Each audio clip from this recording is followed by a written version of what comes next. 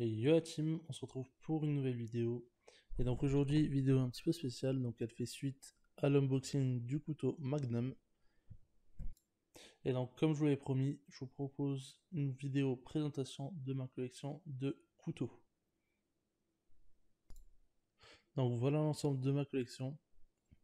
Donc on va commencer tout d'abord par les couteaux de pompier, donc les trois premiers en haut à gauche.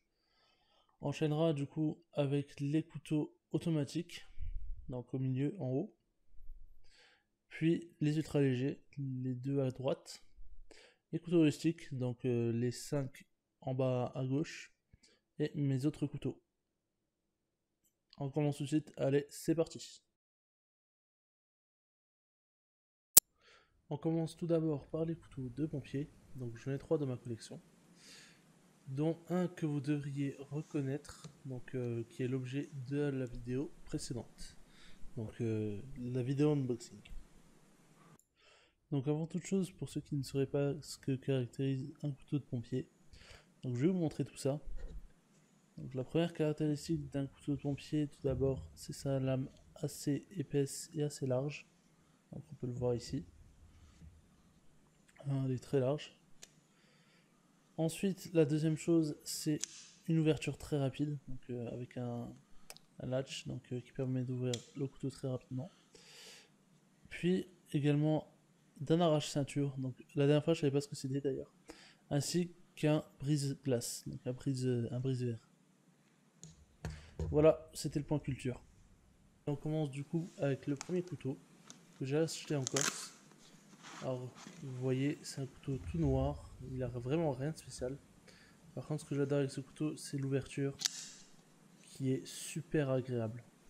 Vraiment, j'adore ce couteau pour ça. Donc, on enchaîne du coup avec les autres couteaux. On enchaîne avec le deuxième couteau. Ce couteau, donc, c'est un couteau qui m'a pas coûté très cher, donc il n'y a pas vraiment de marque. C'est un couteau que j'aime bien, donc un petit peu avec un style écaillé, ce genre de choses un petit peu qui ressemble un petit peu à un dragon. J'aime bien ce couteau. Ensuite, bien sûr, on enchaîne avec le couteau que vous connaissez déjà.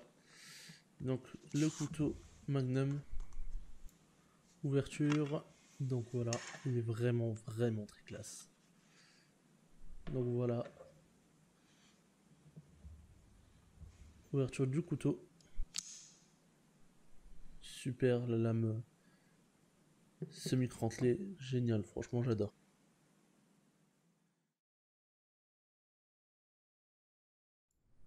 On passe maintenant au couteau automatique, donc j'en ai deux, tout simplement à ma disposition. Donc les deux couteaux automatiques qui puissent exister, donc à ouverture latérale, comme vous voyez ici. Voilà. Et bien évidemment un OTF. Alors qu'est-ce qu'un OTF? Donc OTF qui veut tout simplement dire Out the Front. Voilà l'ouverture. Donc ouverture frontale tout simplement.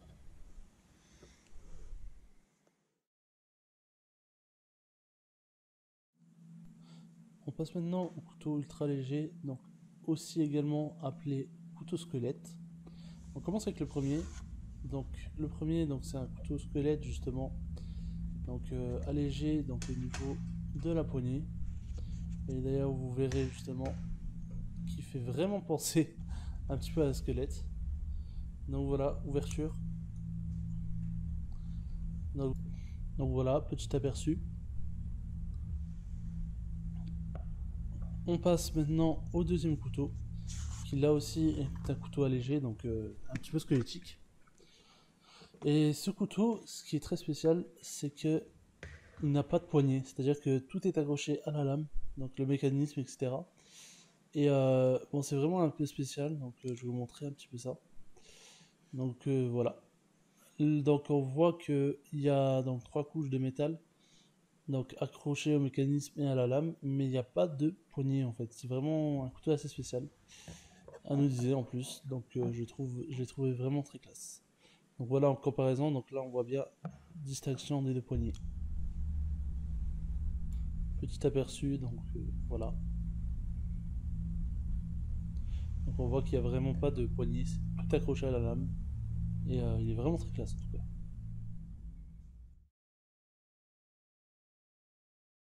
On passe maintenant au couteau dit rustique. Donc ces couteaux, c'est soit des couteaux que j'ai retrouvés dans des tiroirs, dans des boîtes à outils, ce genre de choses, soit certains que je vais mentionner qui m'ont été donnés. Et donc à part ça, uniquement un que j'ai acheté au cours de mes vacances en Corse. On commence donc avec un Opinel qui a pas mal souffert.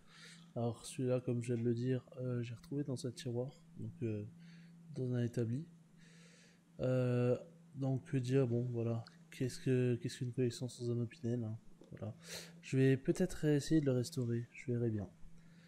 On, en- on enchaîne avec le couteau que j'ai acheté en Corse. C'est un couteau que j'ai acheté dans un magasin de couteaux ou un magasin touristique, je me souviens plus très bien. Je l'apprécie tout particulièrement parce que franchement, il est très très bien fini. J'adore ce couteau et d'ailleurs, il est très très bien aiguisé. Je l'apprécie tout particulièrement. Alors pour les deux couteaux qui vont suivre, c'est des couteaux qui m'ont été donnés, généreusement.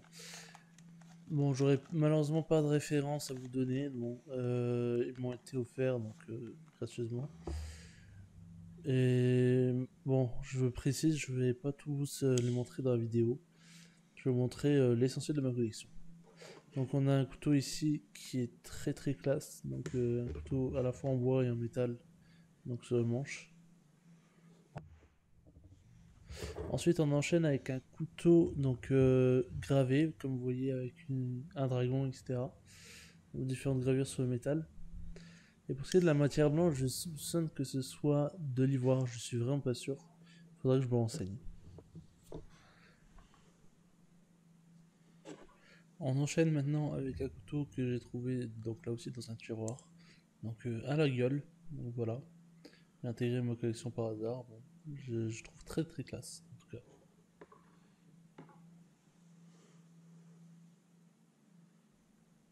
Donc voilà team, on en a fini donc avec les couteaux rustiques. On va passer maintenant avec mes autres couteaux, donc le reste de ma collection.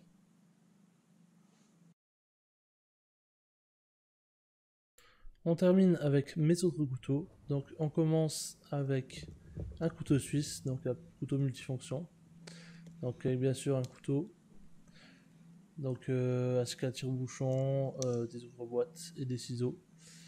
Donc voilà, il a rien de spécial, mais il me fallait un couteau suisse dans ma collection. Voilà, j'ai pris tout simplement celui-ci. On enchaîne avec un couteau Boker, encore un. Et c'est un Boker Plus, celui-ci. Et bon, on m'a souvent fait la réflexion qu'on aurait dit un couteau à huître. Bon, je suis pas du tout d'accord avec ça, mais bon. Chacun voit ce qu'il veut. On enchaîne avec un couteau papillon. Je pouvais pas m'empêcher de faire le Mariol dans la vidéo, bien sûr. Voilà, je trouvais ça badass. Il me fallait un couteau papillon dans ma collection. Voilà. Voilà. On enchaîne avec un couteau que j'ai acheté en Corse. Alors, bon, il a rien d'emblématique de la Corse, bien sûr, mais je l'ai trouvé sympa. Donc, c'est un couteau, vous allez le voir tout de suite, un couteau fusil. Donc, voilà. Je l'ai trouvé très sympa, voilà, je l'ai acheté. Je l'ai trouvé sympathique. Je me suis dit qu'il irait bien dans ma collection. Voilà. Et on termine, bien sûr, avec un carambit. Un Odyssée, comme vous le voyez ici. Là aussi, il me fallait une pièce comme ça dans ma collection. J'ai trouvé très sympa. D'ailleurs, je l'ai eu sur Amazon pour pas très cher. Donc voilà, ça fait plaisir. Donc voilà, team, c'est la fin de la vidéo. J'espère que ça vous aura plu. Pour ma part, j'ai pris beaucoup de plaisir à faire cette vidéo, donc à partager avec vous ma passion pour la collection de couteaux. J'espère en tout cas que j'aurais su partager cette passion avec vous. Si c'est le cas, la team, comme d'hab, je vous invite à vous abonner, liker, commenter et surtout partager la vidéo. Allez, peace!